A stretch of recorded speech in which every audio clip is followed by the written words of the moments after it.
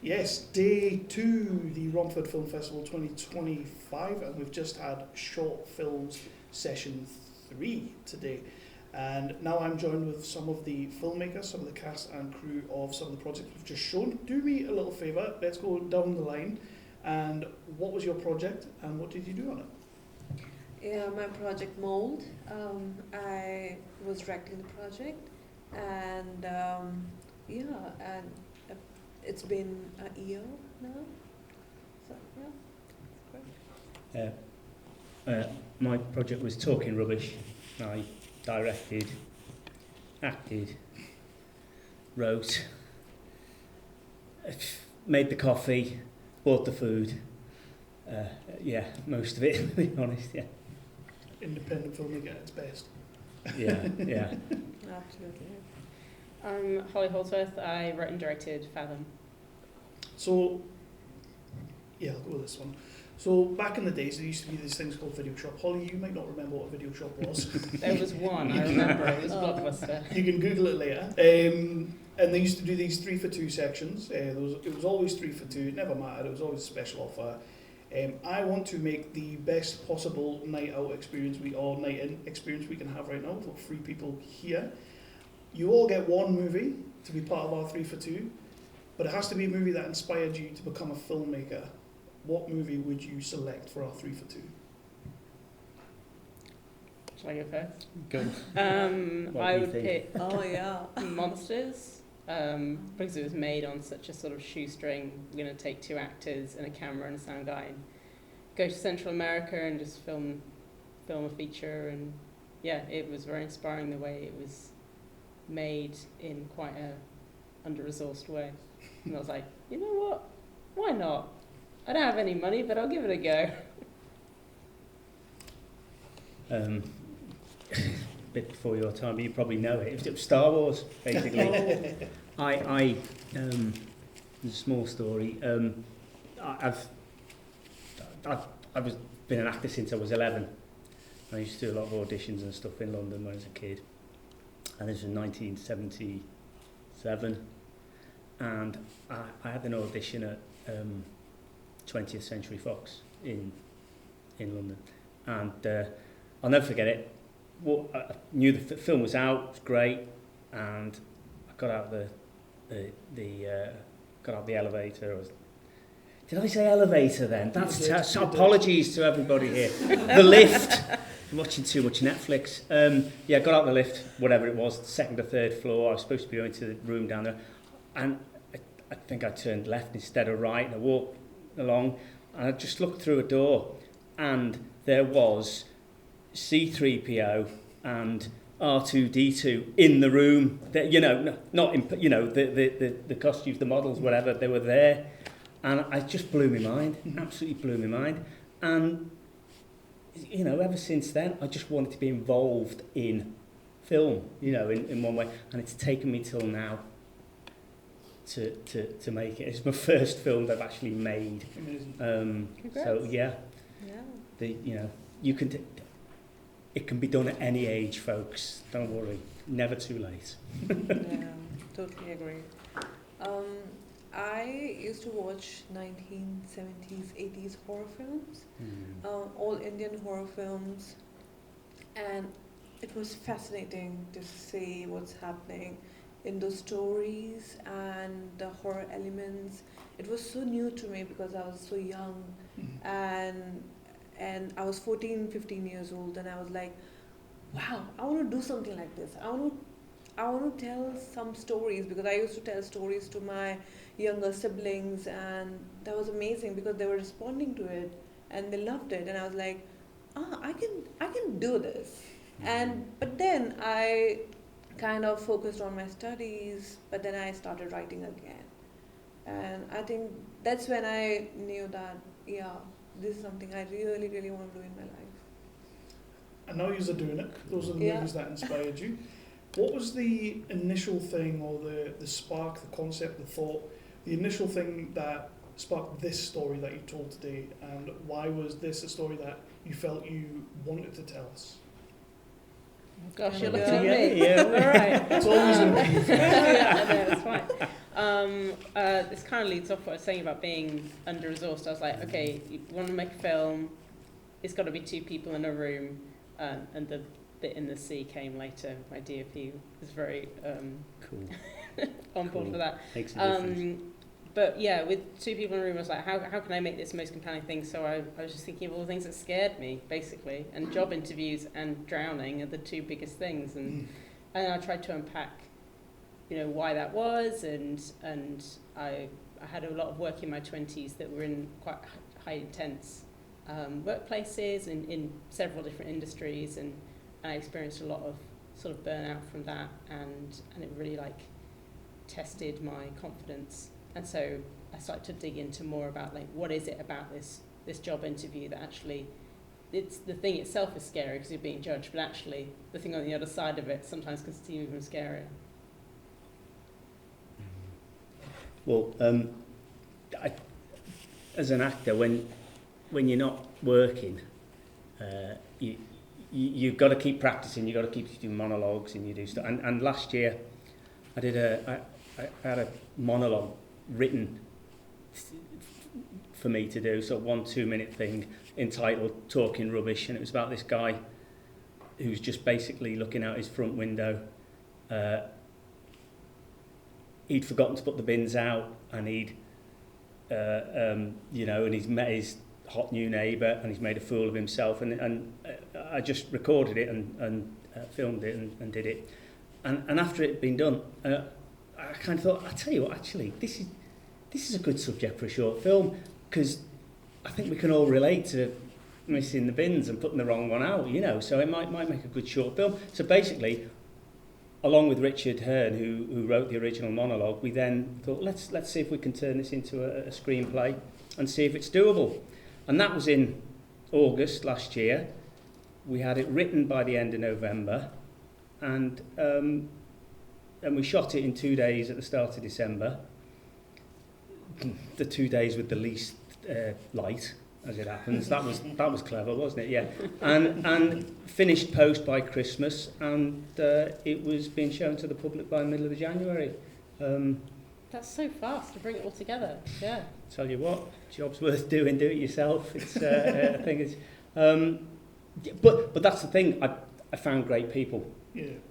I self-funded it, paid everybody as well as we could. It makes a difference in getting things done if they're doing it for money, that's for sure. The most indie short films, as you know, are so difficult to get made, and if they're labours of love, and you have to fight, but we were just lucky we managed to get the right people. It was shot at my house, much easier. Do it anytime you like, didn't cost anything. It's a cul-de-sac, very, very easy to shoot. Bang, Bob's your uncle, yeah. The idea came from a lot of conversation with friends and families and relatives, and it was kind of an observation, silent observation about people in relationship. How close are they? Like their marriages, are they having sex, not sex, how old they are, and then I did a research around young people, millennials. They are having sexless marriages, like 21% of them. It was done in USA, and I was blown away with this idea, because I've heard a friend's conversation with another talking about how they live together and they're not happy with each other, and it's just this communication is not happening. There's a silence, and how would it feel from the other person's side who is silent and wants to talk about it but isn't? So how does it feel was something that I wanted to put in the film, and so that people can feel it, and if they are not communicating it, they should communicate it, because it is hard. Yeah. So you guys got these movies made, and they're up on the big screen today, and when they're up on the big screen, we kind of joked about it a little bit before we started this, that you see all the things that don't look great. You see all the little problems, all the blemishes. I don't like talking about negative things. I like to spin it into a positive. What did you see up on the screen there today that you are most proud of that you guys accomplished with these shots? I think I feel so grateful to my two actors. They're professionally trained actors. One of them was a friend beforehand. They had trained together at drama school.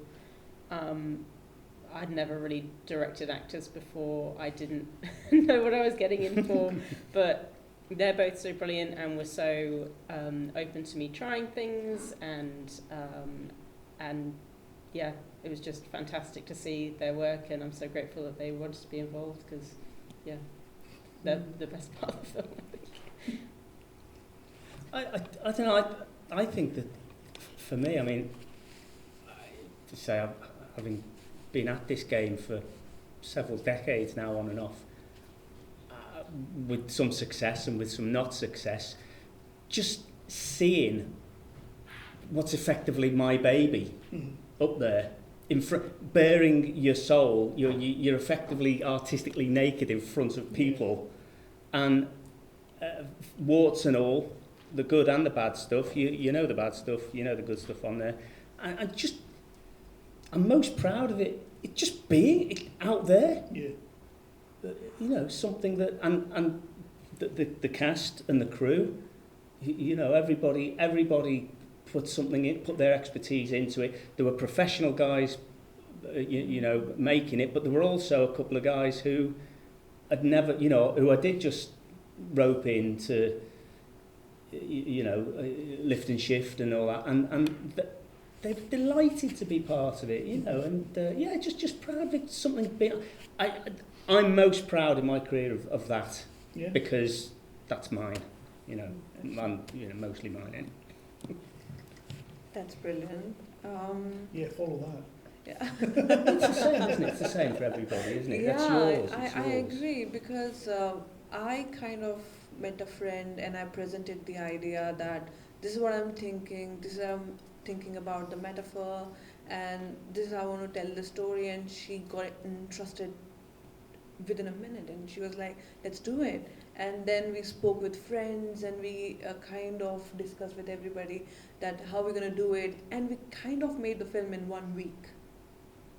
So it was very quick turnaround. That's great.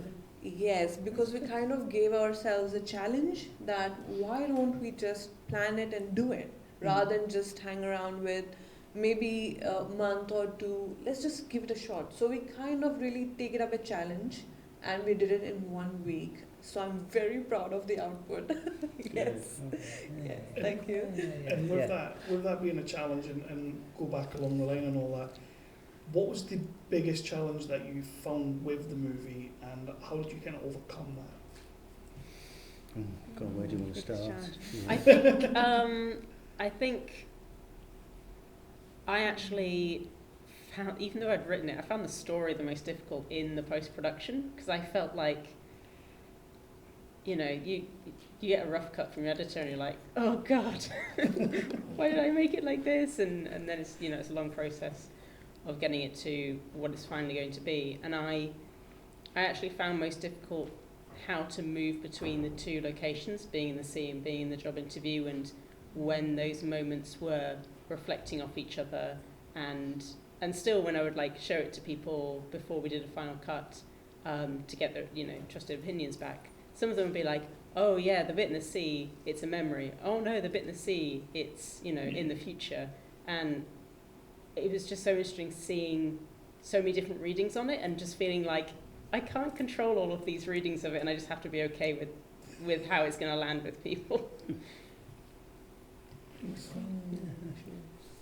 Biggest challenge for me was acting and directing in it.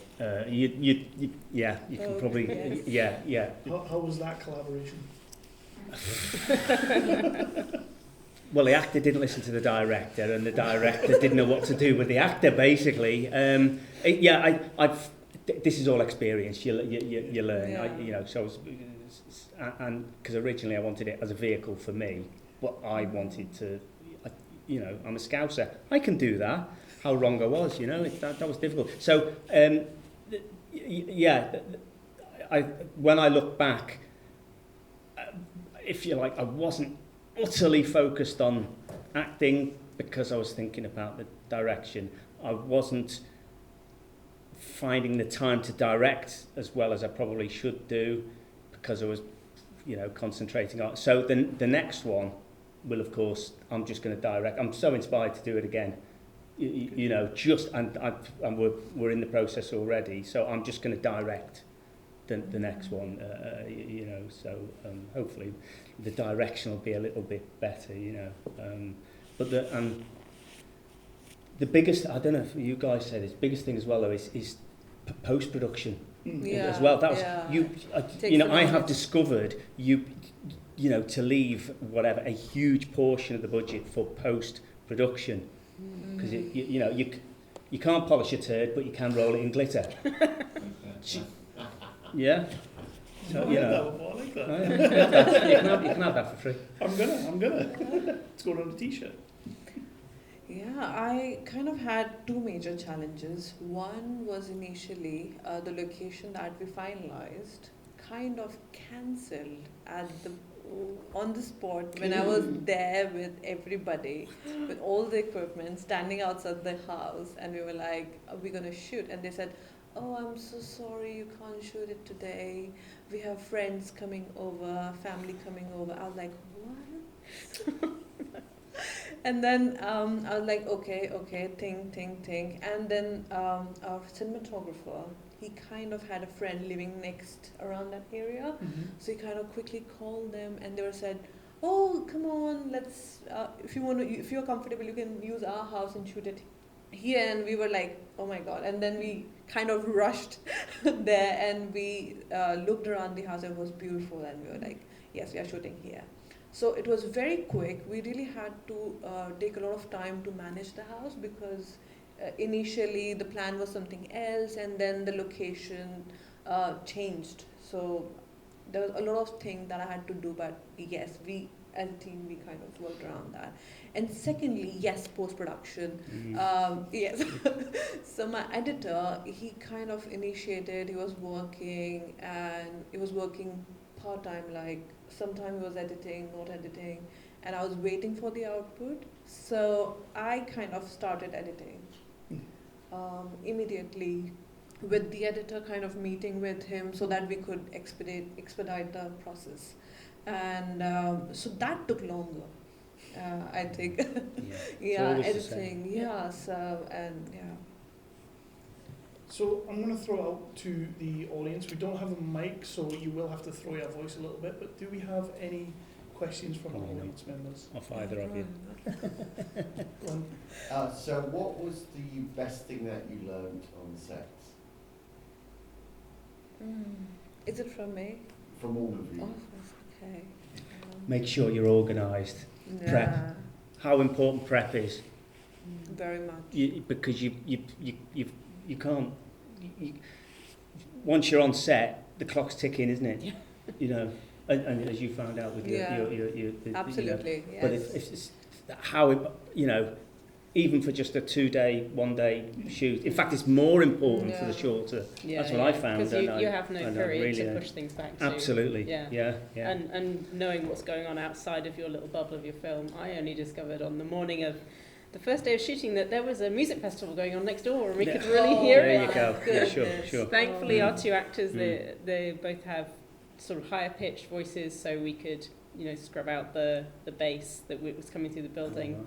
But then after they, checked that, they were like, okay, right, we're going to carry on shooting now. Put the sound card back in the recorder. Now we've checked that we can adjust the sound.